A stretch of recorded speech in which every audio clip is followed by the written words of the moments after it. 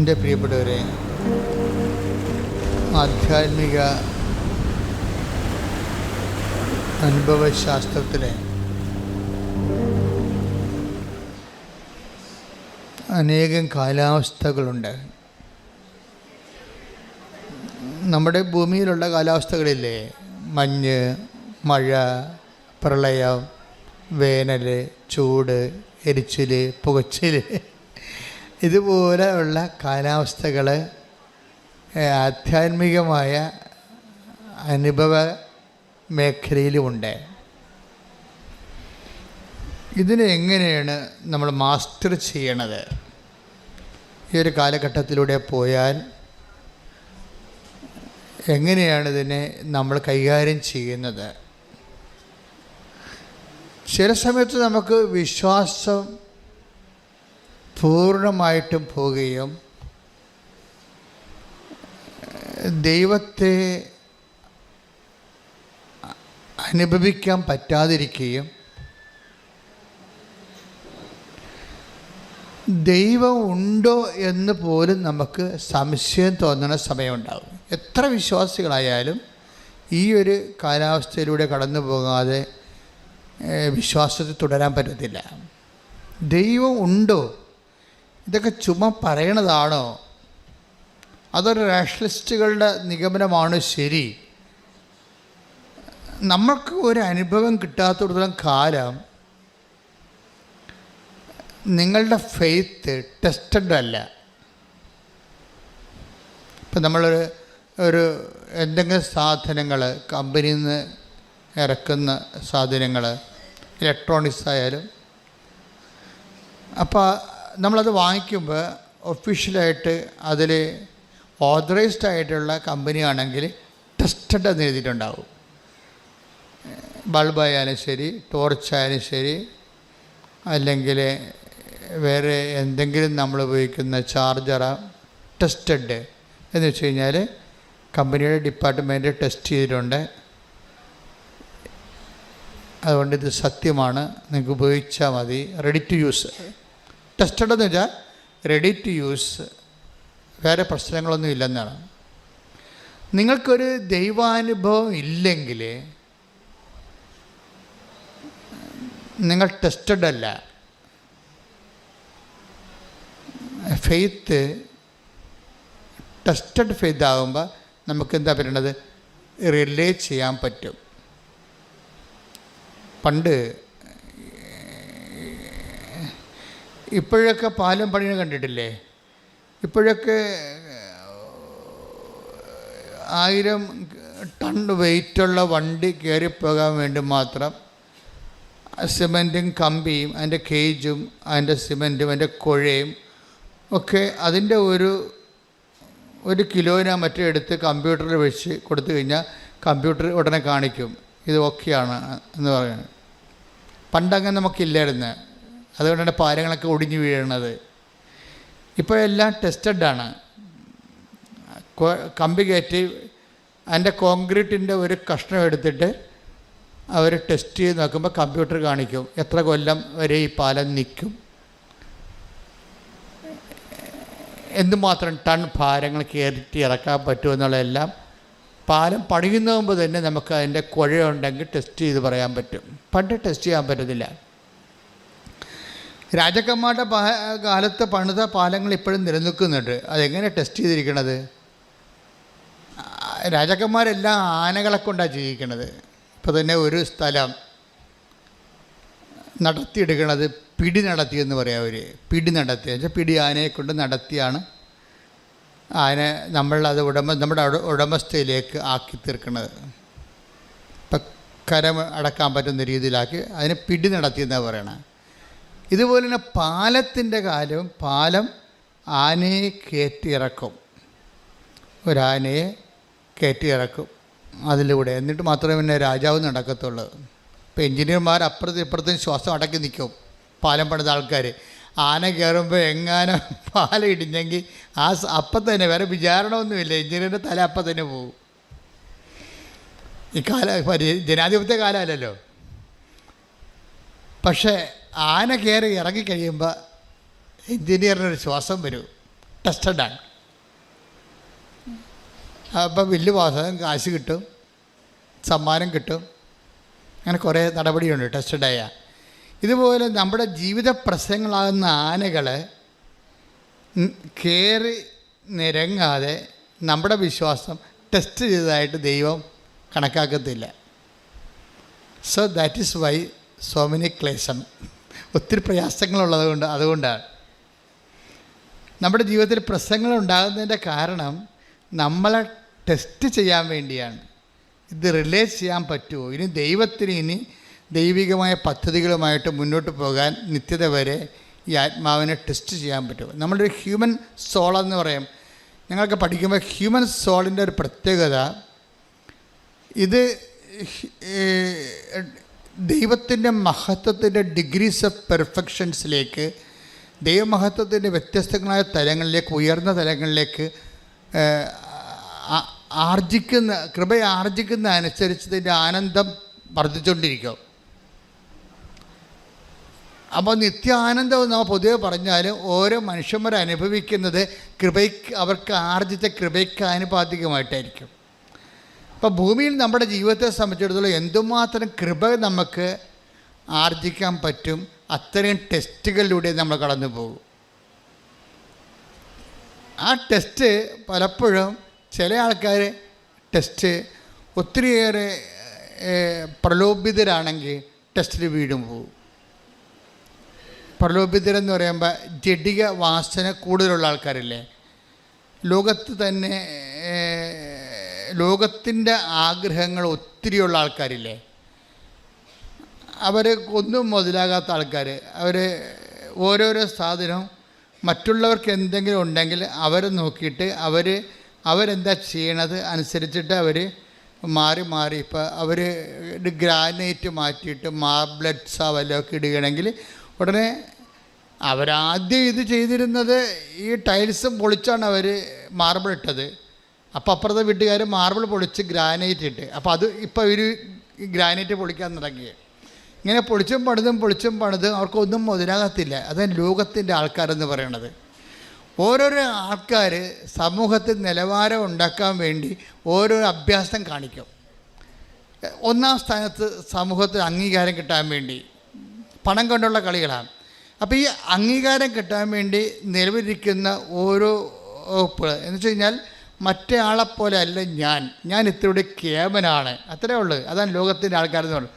മറ്റേ ആളെപ്പോലെയല്ല ഞാൻ ഇത്തിരി കേമനാണ്. അപ്പോൾ അതുകൊണ്ട് ചിലരിങ്ങനെ ജിമിക്കിടും, അപ്പോൾ എല്ലാവരും ജിമിക്കിടും. അപ്പോൾ പറഞ്ഞാൽ മതി, ഇപ്പോൾ എല്ലാവരും ഒരുപോലെയാണ്, അതുകൊണ്ട് മേൽക്കാതെ കുത്തിയേക്കാന്ന് വിചാരിക്കും. അങ്ങനെ മേൽക്കാതെ കുത്തും. ഇപ്പോൾ അങ്ങനെയാണ് ഓരോ സാധനങ്ങൾ വരണത്, നമ്മുടെ ഈ ആഡംബരങ്ങൾ വരണത് അങ്ങനെയാണ്. പക്ഷേ മറ്റേ ആൾക്കാരെക്കാൾ മെച്ചമാണ് താനെന്ന് അറിയിച്ചുകൊണ്ട് ഞാൻ അത്ര കുറഞ്ഞ പുള്ളിയല്ല എന്ന് പറഞ്ഞുകൊണ്ട് നമ്മൾ ഈ സെൽഫ് ബൂസ്റ്റ് ചെയ്യും. സെൽഫ് ബൂസ്റ്റിംഗ് എന്ന് വരുമ്പോൾ എന്താ പ്രശ്നം? അപ്പോൾ ഇവർക്ക് ഉണ്ടാകുന്ന പ്രശ്നം എപ്പോഴും അവർ പ്രലോഭനത്തിന് വശംവദരായിക്കൊണ്ടിരിക്കും. പുതിയ പ്രലോഭനങ്ങളുണ്ട്, എന്നിട്ട് പുതിയ നിരാശ ഉണ്ടാകും. അപ്പോൾ so what is happening? We create sufferings. നമ്മൾ തന്നെയാണ് ദൈവഹിതമല്ലാതെ മറ്റുള്ള ആൾക്കാരുടെ ഒപ്പം നിൽക്കാൻ വേണ്ടി ചക്രശ്വാസം വലിച്ചുകൊണ്ട് പുതിയ ലോണുകൾ, പുതിയ പലിശക്കടങ്ങൾ, ഇങ്ങനെ പുതിയ നരകങ്ങൾ നമ്മൾ സൃഷ്ടിച്ചു കൊണ്ടിരിക്കും. ഇപ്പം നമുക്ക് ഇപ്പം അയൽക്കൂട്ടം തന്നെ ഉണ്ട്. ഒരു അയൽക്കൂട്ടം ഇല്ലാഞ്ഞ സമയത്ത് നമുക്ക് 1000 രൂപയുടെ കടമേ ഉണ്ടായിരുന്നുള്ളൂ. 5 അയൽക്കൂട്ടം ഉള്ളപ്പോൾ ഇപ്പോൾ 5000 രൂപയുടെ കടമായി ഇല്ലേ? കറക്റ്റല്ലേ? നമുക്കൊരു അയൽക്കൂട്ടം ഇല്ലാഞ്ഞൊരു കാലമുണ്ട്, 2010 കാലം. ആ കാലത്ത് നമുക്ക് ഈ അണ്ണാച്ചിമാരുടെ പലിശക്ക് നമ്മുടെ വീട്ടിൽ പണം വേണോ ഒരു അണ്ണാച്ചിയെ വരത്തുള്ളൂ. അപ്പം അവൻ ചിലപ്പോൾ തന്തക്കൊക്കെ വിളിച്ച്, നമ്മളവരെ തന്തക്ക് വിളിച്ചാൽ മനസ്സിലാകത്തില്ല. കാര്യം തമിഴനായത് കാരണം. ഹിന്ദിക്കാരനെ മാർവാടിനെ നമ്മൾ വിളിക്കുമായിരുന്നു തന്തക്ക് മലയാളത്തിൽ. അപ്പം അവന് മനസ്സിലാകത്തില്ല. അപ്പോൾ അവർക്കറിയാം കുഴിപ്പോയി അണ്ണാച്ചി വന്ന് ബഹളം ഉണ്ടാക്കും, അവൻ്റെ ഭാഷ നമുക്ക് മനസ്സിലാകത്തില്ല. നമ്മൾ തന്തക്ക് വിളിച്ചാൽ അവൻ കേൾക്കത്തുമില്ല. അപ്പോൾ അങ്ങനെ അഡ്ജസ്റ്റ് ചെയ്ത് പോവുകയായിരുന്നു. മാർവാടി ഹിന്ദിക്കാരൊക്കെ ആയിട്ട് പലിശ അഡ്ജസ്റ്റ്. അത് കഴിഞ്ഞപ്പോഴാണ് ഗവൺമെൻറ് അയൽക്കൂട്ടം നമ്മളെ രക്ഷിക്കാൻ വേണ്ടി അയൽക്കൂട്ടം തുടങ്ങിയത്. അയൽക്കൂട്ടം തുടങ്ങിയപ്പോൾ എന്താണ്? അമ്മായിയമ്മയുടെ പേരിൽ ലോണുണ്ട്, മരുമകളുടെ പേരിൽ ലോണുണ്ട്, മരുമകൻ്റെ പേരിൽ ലോണുണ്ട്. എവിടുന്നെല്ലാം ലോൺ കിട്ടാവോ അവിടുന്നെല്ലാം മേടിച്ച് നമ്മൾ ആഘോഷം നടത്തി. ഇപ്പോൾ നമ്മൾ എല്ലായിടത്തും കടമായി. ഇപ്പോൾ കർത്താവിനെ നമ്മൾ കർത്താവിനോട് നമ്മൾ ശണ്ട കൂടിക്കൊണ്ട് നടക്കുകയാണ്. കർത്താവേ 2 കിഡ്നിക്ക് പകരം 4 കിഡ്നി വെച്ച് തന്നെങ്കിൽ നമുക്ക് കുറച്ച് 2 കൊടുത്ത്. ഇപ്പം ദൈവത്തിനായ പ്രശ്നം. ദൈവം 2 കിഡ്നിയല്ലേ നമുക്ക് വിൽക്കണമെങ്കിലും 2 ഉള്ളൂ. ഒരു 4 ഉണ്ടായിരുന്നെങ്കിൽ എന്താണ്? ഇപ്പോൾ ഒന്നിനും ഒതുങ്ങണില്ല മലയാളി ഒന്നിനും ഒതുങ്ങണില്ല. ഇനിയും പുതിയ സാഹചര്യങ്ങൾ വരികയാണെങ്കിൽ പുതിയ പുതിയ കടങ്ങൾ നമുക്കുണ്ടായിക്കൊണ്ടിരിക്കും. മനുഷ്യന്മാരുടെ ജീവിതം തന്നെ ഈ ജഡീയ വാസനകളെ ഇപ്പം ജഡീയ വാസന പലതിലുണ്ട്. കാറ് ചേഞ്ച് ചെയ്തുകൊണ്ടിരിക്കും, 3 കൊല്ലം കൂടുമ്പോൾ കാറ് ചേഞ്ച് ചെയ്തുകൊണ്ടിരിക്കും. അതുപോലെ തന്നെ അവർ വീട് ചേഞ്ച് ചെയ്തുകൊണ്ടിരിക്കും. അങ്ങനെ ഓരോ സംഭവം അവർ ചേഞ്ച് ചെയ്തുകൊണ്ടിരിക്കും. കാര്യം ചേഞ്ച് ചെയ്തില്ലെങ്കിൽ ഇവർക്ക് ബോറടിക്കും. ജഡിക വാസനയുടെ ഒരു പ്രശ്നം അത് ബോറെന്നുള്ള സംഭവം തന്നെ ഭൗതിക ആസക്തിയുടെ അനുഭവ തരങ്ങളുടെ ഒരു വൊക്കാബുലറിയാണ് ബോറ്. അപ്പം ദൈവം എന്താ ചെയ്തിരിക്കുന്നത് വെച്ച് കഴിഞ്ഞാൽ ഈ മനുഷ്യന്മാരുടെ സൃഷ്ടിച്ചു കഴിഞ്ഞാൽ സ്വാഭാവികമായിട്ട് ഇവൻ ഒന്നുകൊണ്ടും മുതലാകാത്തൊരു മുതലായിട്ട് വരും. ഇവൻ്റെ ഈ ബോറ് മാറ്റാൻ വേണ്ടി ഈശോ പറഞ്ഞു, ഞാനൊരു മരുന്ന് കണ്ടുപിടിച്ചിട്ടുണ്ട്. ഞാൻ തരുന്ന വെള്ളം കുടിച്ചാൽ നിങ്ങൾക്കൊരിക്കലും, അതിനാണ് പരിശുദ്ധാത്മാവെന്ന് പറയുന്നത്. പരിശുദ്ധാത്മാവ് ആ ഒരു സ്പേസിൽ കയറി വന്ന ആളാണ്. മനുഷ്യന്മാർക്ക് ബോറുണ്ടായിട്ട് ഒന്നിലും മുതലാകാതെ, ദൈവത്തെപ്പോലും മുതലാകാതെ ഭൗതിക ആനുകൂല്യം കൈപ്പറ്റാൻ വേണ്ടി ദൈവത്തെ മാക്സിമം യൂട്ടിലൈസ് ചെയ്ത ഒരു ചൂഷണത്തിലേക്ക് മാറുന്ന കാരണം ഈ ആഗ്രഹത്തിൻ്റെ പേരിൽ ഈശോ ആഗ്രഹം അവസാനിപ്പിക്കാൻ വേണ്ടിയാണ് ഈശോ ഞാൻ തരുന്ന വെള്ളം കുടിക്കുന്നവർക്ക്, പരിശുദ്ധാത്മാവ് നൽകുന്നവർക്ക് ഒരിക്കലും ദാഹിക്കത്തില്ലെന്ന്. എന്നുവെച്ചാൽ ഉള്ളത് കൊണ്ട് അവർക്ക് നല്ല തൃപ്തി വരും.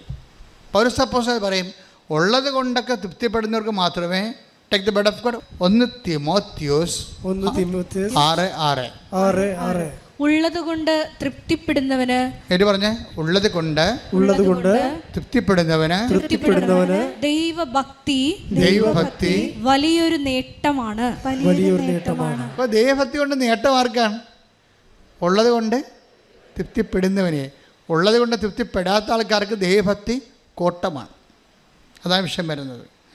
അപ്പോൾ എപ്പോഴും പ്രെയർ പോകേണ്ടത് നിങ്ങൾക്ക് ആവശ്യമുള്ള സംഭവങ്ങൾ ദൈവം മാനിക്കുന്നുണ്ട്. ആവശ്യമുള്ള, ഇപ്പോൾ ഒറ്റ മുറി വീട്ടിൽ താമസിക്കുകയാണ്. ആദ്യം ഭർത്താവും ഭാര്യയുമായപ്പോൾ അവർക്ക് ഒരു ഗ്യാസ് വെച്ച് ഒരു കട്ടിലിട്ട് കഴിഞ്ഞാൽ വലിയ കുഴപ്പമില്ലായിരുന്നു. അവിടെ 2 കുഞ്ഞുങ്ങളായി. കുഞ്ഞുങ്ങൾ വളർന്നു കഴിഞ്ഞാൽ തീർച്ചയായിട്ടും അവർക്ക് 3 മുറിയുള്ള വീടും വരാന്തയും റീഡിങ് റൂം, പഠിക്കുന്ന കുഞ്ഞുങ്ങളാണെങ്കിൽ പഠനമുറിയും എല്ലാം വേണം. അപ്പോൾ ആവശ്യത്തിന് കുഴപ്പമില്ല. അനാവശ്യത്തിനാണ് കുഴപ്പം വരുന്നത്. ആഡംബരമില്ലേ, ആഡംബരത്തിലേക്ക് വരുമ്പോൾ ആത്മാവ് മാറിപ്പോവും. അതുകൊണ്ടാണ് ഈശോ പറഞ്ഞത് നിങ്ങൾക്കിതൊക്കെ ആവശ്യമാണെന്ന്. ആവശ്യങ്ങളല്ല. ഇപ്പോൾ 6:33 എടുത്ത് മത്തായിയുടെ സുവിശേഷം, നിങ്ങൾ ആദ്യം അവിടുത്തെ രാജ്യവും അവിടുത്തെ നീതിയും അന്വേഷിക്കുക, അതോടൊപ്പം മറ്റുള്ളവയെല്ലാം നിങ്ങൾക്ക് ലഭിക്കും. അത് എന്താ പ്രശ്നം വെച്ച് കഴിഞ്ഞാൽ നമുക്ക് ലഭിക്കുന്നതിന് അടിസ്ഥാനപ്പെടുത്തിയിരിക്കുന്നത് നമുക്ക് ചോദിക്കുന്നതനുസരിച്ച് മാത്രമല്ല. നമുക്ക് 2 തരത്തിൽ ദൈവത്തിൽ നിന്ന് അലോട്ട്മെൻ്റ് ഉണ്ട്. അനുഗ്രഹത്തിൻ്റെ അലോട്ട്മെൻറ്റ് 2 തരത്തിലാണ് നമുക്കുള്ളത്. 2 മാർഗ്ഗം നിങ്ങൾക്ക് ഉപയോഗിക്കാം. ഒന്ന്, ചോദിക്കുവിൻ നിങ്ങൾക്ക് ലഭിക്കും. Take the word of God. Hallelujah ഹല്ലേലൂയ ഹല്ലേലൂയ ഹല്ലേലൂയ. യേശുവേ നന്ദി ഹല്ലേലൂയ ഹല്ലേലൂയ. മത്തായി 7:7. മത്തായി 7:7. ചോദിക്കുവിൻ നിങ്ങൾക്ക് ലഭിക്കും. പറഞ്ഞേ, ചോദിക്കുവിൻ നിങ്ങൾക്ക് ലഭിക്കും. ചോദിക്കുവിൻ നിങ്ങൾക്ക് ലഭിക്കും. അന്വേഷിക്കുവിൻ നിങ്ങൾ കണ്ടെത്തും. അന്വേഷിക്കുവിൻ നിങ്ങൾ കണ്ടെത്തും. മുട്ടുവിൻ നിങ്ങൾക്ക് തുറന്നു കിട്ടും. മുട്ടുവിൻ നിങ്ങൾക്ക് തുറന്നു കിട്ടും. ഇപ്പം കേവലമായ പ്രാർത്ഥനയെക്കുറിച്ചാണ് പറയണത്. നമുക്ക് ലഭിക്കുന്നതിൻ്റെ ഒരു മാർഗം ദൈവത്തോട് ചോദിക്കുകയാണ്. ലഭിക്കുന്നതിൻ്റെ 2ാമത്തെ മാർഗം എന്താണ്? നമ്മൾ നമ്മുടെ പൊസിഷൻസ് കറക്റ്റ് ചെയ്യും. അപ്പോൾ ഓട്ടോമാറ്റിക്കായിട്ട് ചോദിക്കാതെ തന്നെ കിട്ടിക്കൊണ്ടേയിരിക്കും. എന്ന് വെച്ച് കഴിഞ്ഞാൽ അതാണ് 6:33 എന്താ പറയണത്? ഇതൊക്കെ നിങ്ങൾക്ക് ആവശ്യമാണെന്ന് പറഞ്ഞ്, ഇതൊക്കെ നിങ്ങൾക്ക് ആവശ്യമാണെന്ന് എൻ്റെ സ്വർഗസ്ഥനായ പിതാവ് അറിയുന്നു. എൻ്റെ സ്വർഗസ്ഥനായ പിതാവ് അറിയുന്നു. നിങ്ങൾ ആദ്യം ദൈവരാജ്യവും അതിന്റെ നീതിയും അന്വേഷിക്കുക, ബാക്കിയുള്ളത് ചേർത്ത് നൽകപ്പെടും. അപ്പൊ ചേർത്ത് നൽകപ്പെടുന്ന ഒരു വിഷയമുണ്ട്. അതായത് നീ നടക്കേണ്ട വഴി നിന്റെ മുഖത്ത് നോക്കി ഞാൻ നിന്നെ ഉപദേശിക്കും. ടേക്ക് ദ വേർഡ് ഓഫ് സങ്കീർത്തനം 32:8. 32-ാം സങ്കീർത്തനം 8-ാം തിരുവചനം. ഞാൻ നിന്നെ ഉപദേശിക്കാം, നീ നടക്കേണ്ട വഴി കാണിച്ചു തരാം, ഞാൻ നിന്റെ മേൽ ദൃഷ്ടി ഉറപ്പിച്ച് നിന്നെ ഉപദേശിക്കാം. ഇപ്പം എന്താ പ്രശ്നം? നമ്മളുടെ എല്ലാ A-Z കാര്യങ്ങളും ദൈവം ചാർട്ട് ചെയ്തിട്ടുണ്ട്. ആ ചാർട്ട് വഴി നിങ്ങൾ ദൈവത്തിൻ്റെ എക്സ്പെൻസിൽ തന്നെ നടത്തും. അപ്പം നമ്മുടെ കയ്യിൽ നിന്ന് എക്സ്പെൻഡിച്ചർ ഇല്ല, അത് ഓട്ടോമാറ്റിക്കായിട്ട് സംഭവിക്കുന്നതാണ്. അതിനെന്ത് ചെയ്യണം? എന്താ ചെയ്യേണ്ടത്? ആദ്യം ദൈവരാജ്യം എന്ന് പറഞ്ഞാൽ എന്താണ്? ദൈവത്തിൻ്റെ മനസ്സ്. ഓരോ വിഷയത്തെക്കുറിച്ച് ദൈവത്തിൻ്റെ മനസ്സുണ്ടാവും. ആദ്യം ദൈവത്തിൻ്റെ മനസ്സ്, ഈ വിഷയത്തിൽ ദൈവത്തിൻ്റെ മനസ്സെന്താണ്? അപ്പം നിൻ്റെ മനസ്സല്ല, നിൻ്റെ വീട്ടുകാരുടെ മനസ്സല്ല. ഇവിടെയാണ് ഇടിവെട്ട് പ്രശ്നങ്ങൾ നടക്കുന്നത്. കുടുംബത്തിൽ ഏറ്റവും കൂടുതൽ പ്രോബ്ലംസ് നടക്കുന്നത് ഇവിടെയാണ്. കാരണം ദൈവത്തിൻ്റെ മനസ്സ് എന്ന് പറഞ്ഞാൽ നിങ്ങൾ ദൈവത്തിൻ്റെ മനസ്സ് അനുസരിച്ച് മാത്രം എന്നെ നടത്തണമെന്ന് നിങ്ങൾ പ്രാർത്ഥിക്കുന്നുവോ? നമ്മളെപ്പോഴും പ്രാർത്ഥിക്കുന്നുണ്ടെങ്കിലും അത് നമ്മൾ മീൻ ചെയ്യുന്നില്ല. ഇപ്പോൾ സ്വർഗസ്ഥനായ ഞങ്ങളുടെ പിതാവേ എന്നുള്ള പ്രാർത്ഥനയില്ലേ? അങ്ങയുടെ നാമം പൂജിതമാകണമേ, അങ്ങയുടെ രാജ്യം വരണമേ, അങ്ങയുടെ തിരുമനസ്സ് ഒരു ഭൂമിയിലുമാകണം. പക്ഷേ നമ്മളത് പ്രാർത്ഥിക്കുന്നുണ്ടെങ്കിലും മീൻ ചെയ്യണില്ല, നമ്മളത് ഉദ്ദേശിക്കണില്ല. അത് ദൈവത്തിനറിയാം. ചുമ്മാ പണ്ടൊരു പ്രാർത്ഥന പഠിച്ചു വെച്ചിരിക്കണ കാരണം കണാകുണ അതിന് മറുപടി പറഞ്ഞുകൊണ്ടിരിക്കുകയാണ്. അല്ലാതെ ഈ ജീവികളാരും ഇത് ഉദ്ദേശിക്കണില്ല, ദൈവത്തിനറിയാം. അതുകൊണ്ടാണ് ദൈവം ആ ഫയൽ എടുക്കണില്ലല്ലോ. നമ്മൾ എത്ര 1000 സ്വർഗസ്നായ പിതാവ് ചൊല്ലിയാലും ദൈവം ആ ഫയൽ എടുക്കത്തില്ല. കാര്യം ഇവർ ഉദ്ദേശിക്കേണ്ട ദൈവത്തിനറിയാം. പക്ഷെ വൺസ് നമ്മളിതിൻ്റെ ദൈവശാസ്ത്രം മനസ്സിലാക്കി, ദൈവത്തിൻ്റെ മനസ്സ് മനസ്സിലാക്കി, നമ്മൾ ഉദ്ദേശിക്കുന്നുണ്ടെന്ന് ദൈവത്തോട് പറയാമോ? ദൈവമേ, അങ്ങയുടെ മനസ്സ് തന്നെയാണ്. ഇപ്പോൾ ചില കൊച്ചുകൾ ഇങ്ങനെയോടെന്ന് വെച്ചാൽ ഞങ്ങൾ അഫെയറിലായിട്ട് 2 കൊല്ലമായി, പക്ഷേ ഇപ്പോൾ കർത്താവിന് എനിക്ക് ശരിയായിട്ട് അറിഞ്ഞു കഴിഞ്ഞപ്പോൾ എനിക്ക് തോന്നി ഇത് ദൈവം ഉദ്ദേശിക്കുന്നുണ്ടോ ഈ റിലേഷൻ. അച്ഛൻ പറഞ്ഞാൽ മതി. അച്ഛൻ അമ്മ പ്രത്യക്ഷപ്പെട്ട ആൾത്താറ എന്നുകൊണ്ട് അച്ഛൻ മെസ്സേജ് എടുത്ത് പറഞ്ഞാൽ മതി. എന്ത് റിസ്ക് ആണെങ്കിലും ഞാൻ ദൈവത്തിൻ്റെ ഇഷ്ടം അനുസരിച്ച് പാലിക്കത്തുള്ളൂ എന്ന് പറഞ്ഞു. അതാണ് പ്രശ്നം. അതിന് ഇത്തിരി തൻ്റെ ഇടം വേണം ശരിക്കും. നിങ്ങൾ അങ്ങയുടെ നാമം പൂജിതമാകണമേ, അങ്ങയുടെ തിരുമനസ് സ്വർഗത്തിലെ പോലെ ഭൂമിയിലാകണം എന്നൊക്കെ പറയുമ്പോഴേ, അങ്ങയുടെ തിരുമനസ് നിറയണമെന്ന് നിങ്ങൾ പറയുമ്പോഴേ, നിങ്ങൾ സെലക്ട് ചെയ്ത വിഷയം, വീട്, സ്ഥലം, ഇങ്ങനെയുള്ള എല്ലാം നിങ്ങൾ പറയണ പോലെ ദൈവം നിങ്ങളുടെ അടിമയായി നിന്നുകൊണ്ട് നിങ്ങൾക്ക് ചെയ്തു തരണമെന്നാണ് ഉദ്ദേശിക്കണത്. അത് പ്രെയറല്ല. അങ്ങനെ ഒരു പ്രെയർ ചെയ്യുന്ന ആളെയും ദൈവം അംഗീകരിക്കണില്ല. പിന്നെ എന്തെങ്കിലും കാണിച്ചു കൂട്ടിയിട്ട് പുറം വിചാരിക്കും. നിങ്ങൾ സത്യമായിട്ട് ദൈവത്തെ അന്വേഷിക്കുന്നുണ്ടെങ്കിൽ സത്യത്തെയാണ് അന്വേഷിക്കേണ്ടത്. നിങ്ങളുടെ കയ്യിരിക്കണ എല്ലാ യാചനകളും അസത്യം ചേർന്നതാണ്. അതുകൊണ്ട് കർത്താവിനോട് പറയേണ്ടത്, കർത്താവേ, ഞാൻ ഉദ്ദേശിക്കുന്നത്, ചിലപ്പോൾ കാനഡയിൽ പോയാൽ എനിക്ക് ചിലപ്പോൾ കാശ് കിട്ടുമായിരിക്കും കൂടുതൽ. കാശ് കിട്ടി ഞങ്ങളുടെ വീടൊക്കെ ഒന്ന് കാശ് കിട്ടിയാൽ മലയാളി ഉടനെ ചെയ്യണത് എന്താണ്? വീട് പൊളിക്കും. അല്ല പിന്നെ നല്ല വീടാണെങ്കിലും അത് പൊളിക്കും. കാര്യം വെച്ചാൽ കാനഡയിൽ പോയവരും ഇംഗ്ലണ്ടിൽ പോണവരും ജീവിക്കണം എങ്ങനെയാണെന്ന് മലയാളിക്കറിയാം. ആ രീതി പൊളിച്ചിട്ട് അയൽവാസികൾ എവിടെയാണ് വിദേശത്ത് പോയിരിക്കുന്നത്, വിദേശ പൗരന്മാരെ പോലെ ഈ നാട്ടിൽ ജീവിക്കും. പിന്നെ അവസാനം എഴുതി വെക്കുകയും ചെയ്യും, ബിവെയർ ഓഫ് ഡോഗ്സ്. ഇതിന് വേണ്ടിയാണ് നീ ഉടമ്പടി എടുത്തിരിക്കുന്നത്. എന്തിനാണ്? നാട്ടുകാരെ വീട്ടിൽ കയറ്റാതെ പട്ടി കൊണ്ട് സൂക്ഷിക്കരുതെന്ന് എഴുതി വെക്കാൻ വേണ്ടിയുള്ള അഭ്യാസം. അതും ദൈവത്തിനറിയാം. അതുകൊണ്ട് ആദ്യമേ തന്നെ ചെയ്യേണ്ട ഈ സാധനം പൊളിച്ചെഴുത്ത് വേണം ഇവിടെ. എന്താണ്?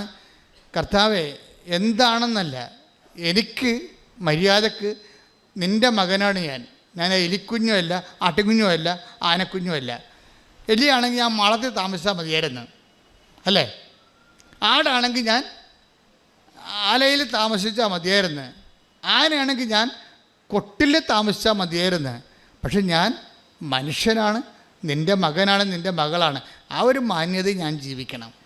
അതാണ് നമുക്ക് ആവശ്യമായ സംഭവം. നമ്മളാണെങ്കിൽ കുടിലും ജീവിക്കാൻ ദൈവം ഉദ്ദേശിക്കണില്ല. പക്ഷെ അതല്ല പ്രശ്നം. എന്തുകൊണ്ടാണ് വേസ്റ്റ് റൂംസ് നമ്മുടെ വീടുകളിൽ ഉണ്ടാകണത്? വേസ്റ്റ് റൂംസ്, ആവശ്യമില്ലാത്ത മുറികൾ എന്തിനാണെന്ന് ആർക്കും അറിയാൻ പാടില്ല. എന്തിനാണെന്ന് ആർക്കും അറിയാൻ പാടില്ല.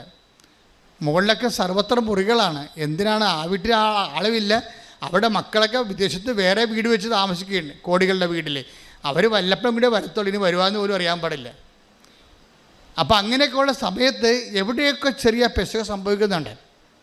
നമുക്കുള്ള എല്ലാ മണിയും ഇങ്ങനെ, നമുക്കുള്ള സമ്പത്ത് മുഴുവനും, ഇപ്പം ഗവൺമെൻറ് പോലും പട്ടിണിയില്ല. കാര്യം നമുക്കുള്ള സമ്പത്തെല്ലാം സ്വരുക്ക് കൂട്ടിയിട്ട് ഇങ്ങനെ ഡെഡ് മണി ആയിട്ട് നമ്മൾ ഇൻവെസ്റ്റ് ചെയ്തിരിക്കുകയാണ്. അവിടെ രാജ്യത്തിന് വികസനത്തിന് കൊടുക്കണില്ല. അങ്ങനെയൊക്കെ ചെയ്യുമ്പോൾ പുതിയ പുതിയ സാമ്പത്തിക മനോഭാവങ്ങളുടെ പുതിയ പുതിയ സാമൂഹ്യ പാപങ്ങൾ ഉണ്ടാകുന്നുണ്ട്, സോഷ്യൽ സിൻസ്.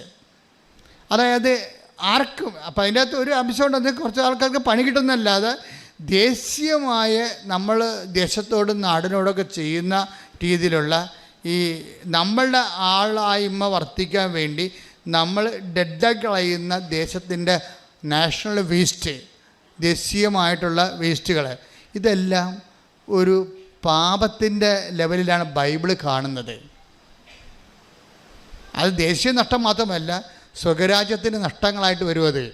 നിത്യതയെ അട്ടിമറിക്കുന്ന എല്ലാവിധ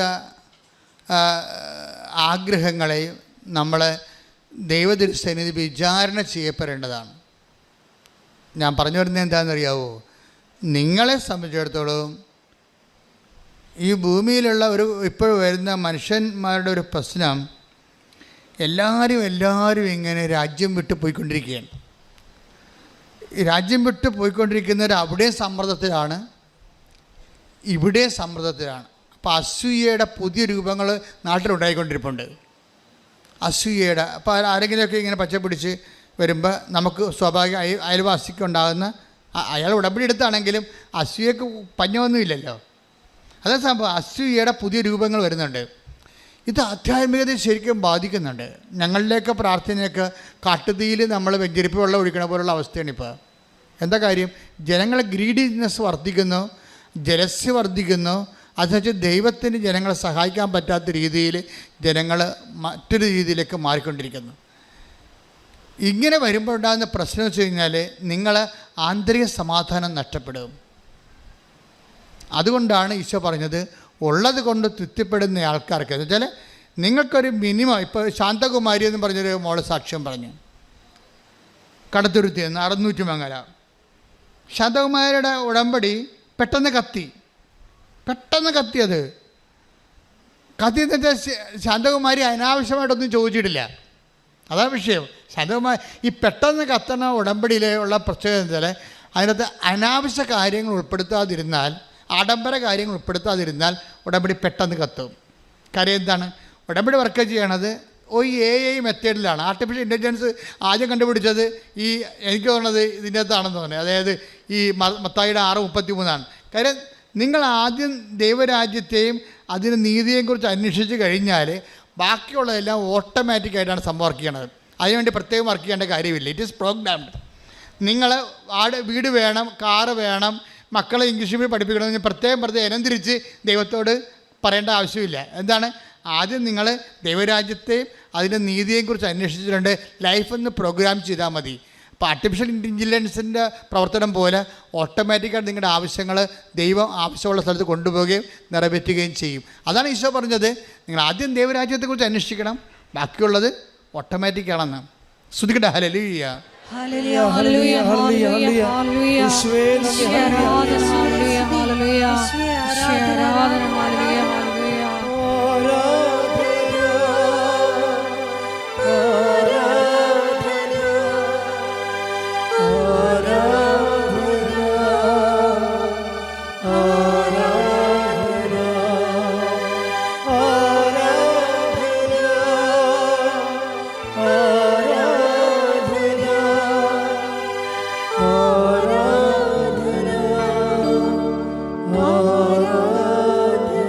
സന്തോഷത്തോടെ പ്രാർത്ഥിക്കുക. പരിശുദ്ധ പരമ ദിവ്യകാരുണ്യത്തിന് പരിശുദ്ധ പരമ ദിവ്യകാരുണ്യത്തിന് പുകഴ്ചയും ഉണ്ടായിരിക്കട്ടെ. പ്രാർത്ഥിക്കുക. കർത്താവേ, കർത്താവേ, അങ്ങയുടെ വചനങ്ങള് അങ്ങയുടെ വചനങ്ങള് ജീവിത ബന്ധിയായി അങ്ങ് നൽകുമ്പോഴ് അത് അംഗീകരിക്കുവാനും നടപ്പിൽ വരുത്തുവാനും ദൈവ പൈതലിന്റെ സ്വർഗീയ വാഗ്ദാനങ്ങൾക്ക് അർഹനാകുവാനും എന്നെ അഭിഷേകം ചെയ്യണമേ. ഹല്ലേലൂയ. ആരാധനയിലൂടെ സ്വർഗീയ വാഗ്ദാനങ്ങൾക്ക് നിങ്ങളെ അർഹരാക്കണമേ, തിരഞ്ഞെടുക്കണമേ. ഹല്ലേലൂയ.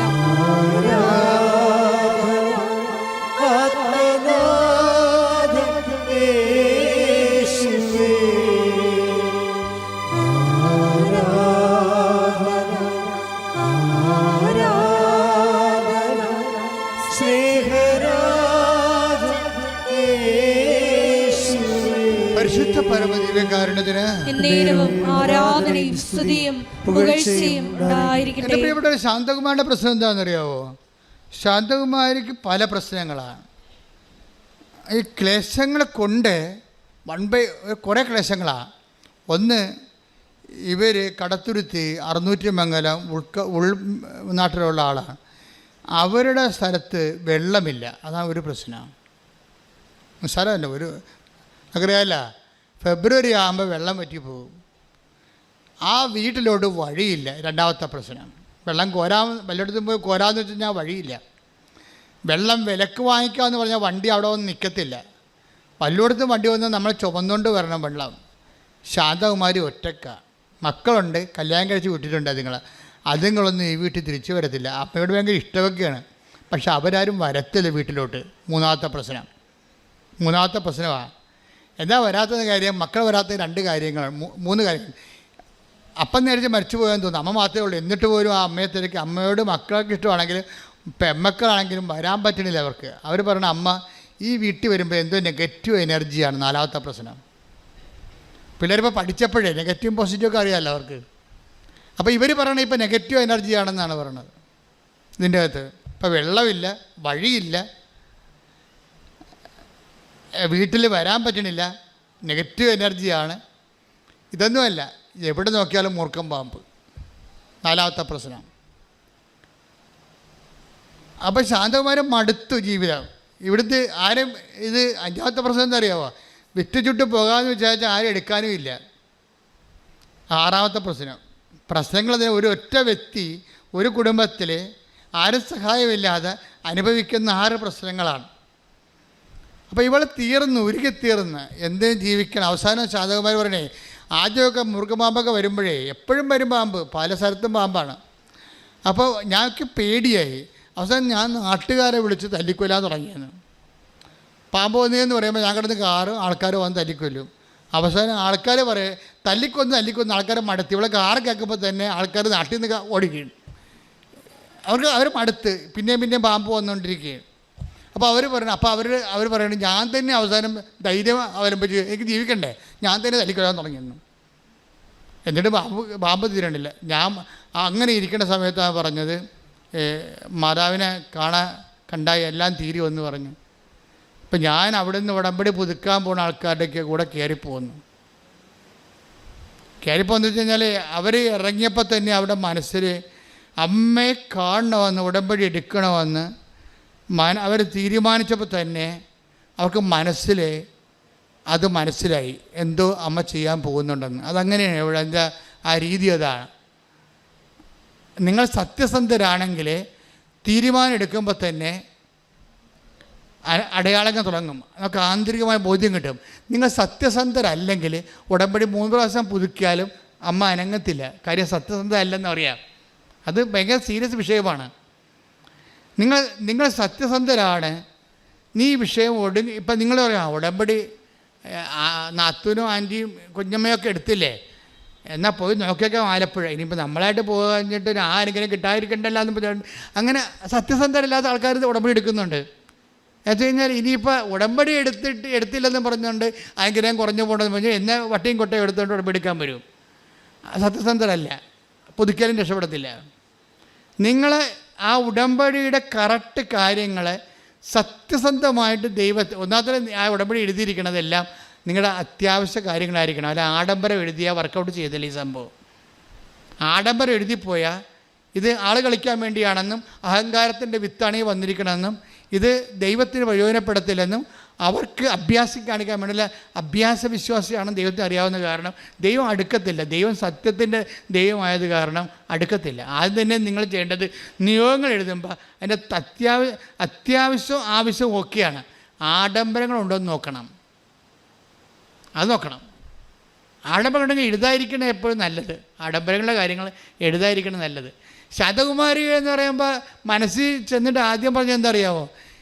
ആദ്യം അമ്മയോട് പറയണം എൻ്റെ കിണറ്റിൽ വെള്ളം വേണം, ജീവിക്കണ്ടേ, കുടിക്കണ്ടേ, മനുഷ്യൻ ജീവിക്കണ്ടേ, അതാണ്. അപ്പോൾ അത്യാവശ്യമല്ലേ അത്. പിന്നെ അമ്മയോട് പറയണേ പാമ്പിനെ ഒന്ന് ഓടിച്ചു തരണം, ഇവിടെ എനിക്ക് ഒറ്റക്കാണെങ്കിൽ ജീവിക്കണ്ടേ.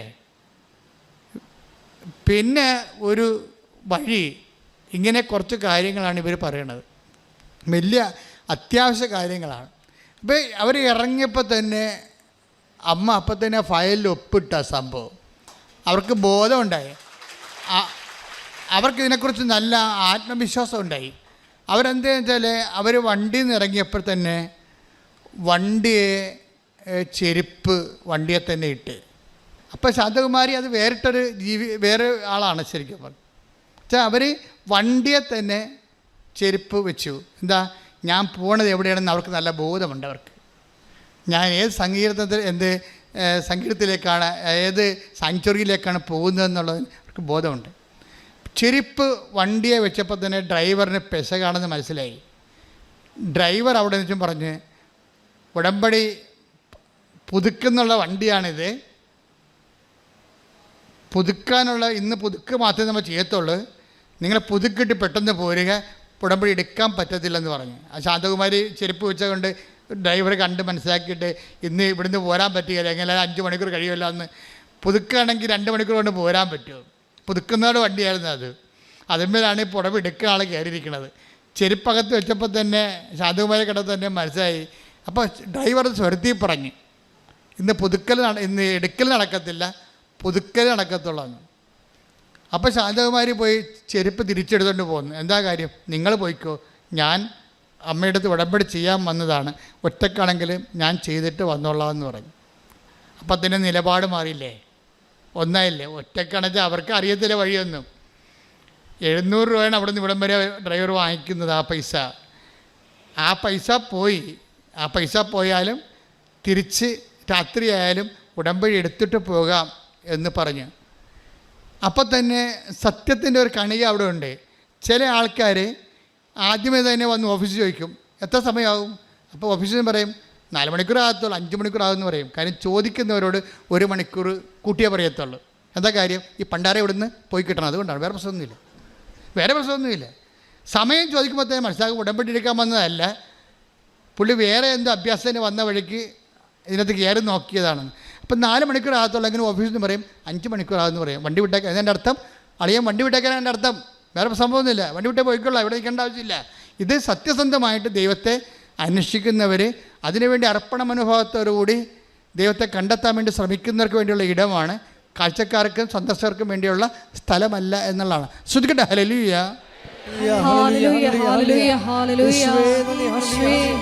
ഇതുവരെ കൃപാസനത്തിൽ വന്ന് ഉടമ്പടി എടുത്ത് പോയിട്ടുള്ളവരെ, ഉടമ്പടി എടുക്കാൻ ആഗ്രഹിക്കുന്നവരെ പ്രത്യേകമായിട്ട് സമർപ്പിച്ച് പ്രാർത്ഥിക്കുന്നു. തീക്ഷ്ണതയോടെ ഉടമ്പടി നിവർത്തിക്കുവാൻ ഞങ്ങളെ അഭിഷേകം ചെയ്യണം.